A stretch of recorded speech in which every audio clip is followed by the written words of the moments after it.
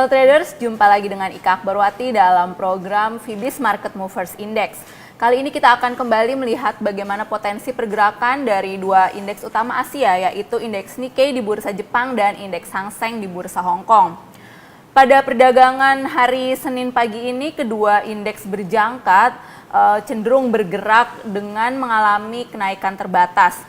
Menguatnya indeks Nikkei maupun indeks Hang Seng pada perdagangan Senin ini tidak lepas dari harapan para pelaku pasar bahwa pemerintah Tiongkok akan melanjutkan atau meningkatkan program stimulusnya setelah pagi tadi dirilis data PMI manufaktur baik dari pemerintah maupun dari Bank HSBC yang menunjukkan bahwa aktivitas manufaktur di Tiongkok mengalami perlambatan pada bulan Agustus.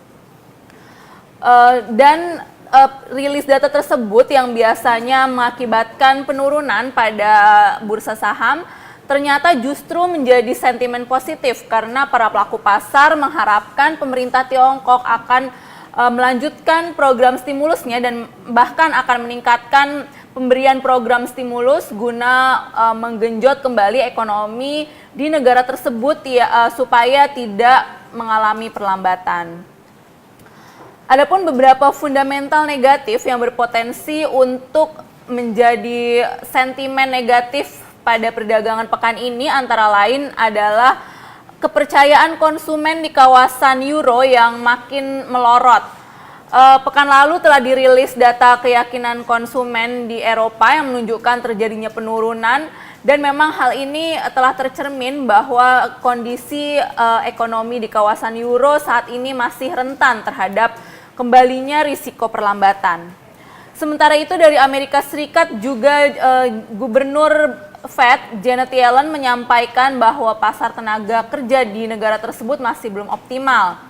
Kemudian untuk kembali ke kawasan euro, pidato dari Presiden ECB Mario Draghi menyatakan bahwa kondisi pemulihan ekonomi di kawasan Eropa berjalan cukup lambat atau lebih lambat dibandingkan dengan harapan.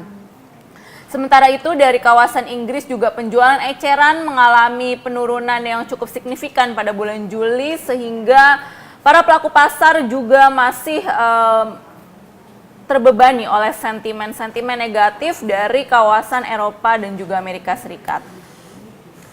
Beberapa event penting pekan ini yang bisa menjadi arahan bagi para pelaku pasar antara lain adalah rilis data PMI manufaktur final di Jerman, lalu rilis PMI manufaktur final untuk kawasan euro, dan juga PMI manufaktur final di Amerika Serikat.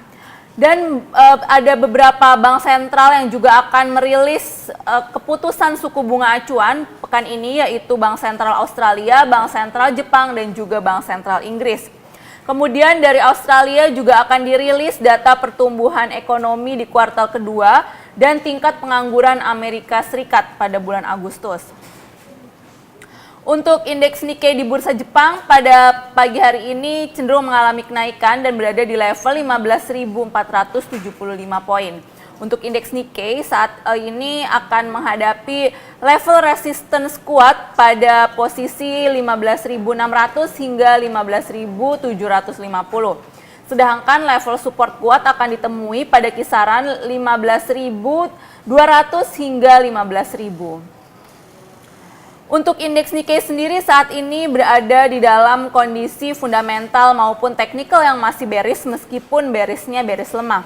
Untuk satu pekan ke depan diperkirakan indeks Nikkei akan cenderung memasuki fase konsolidasi dikarenakan untuk pekan ini tidak ada atau minim arahan dari bursa-bursa global.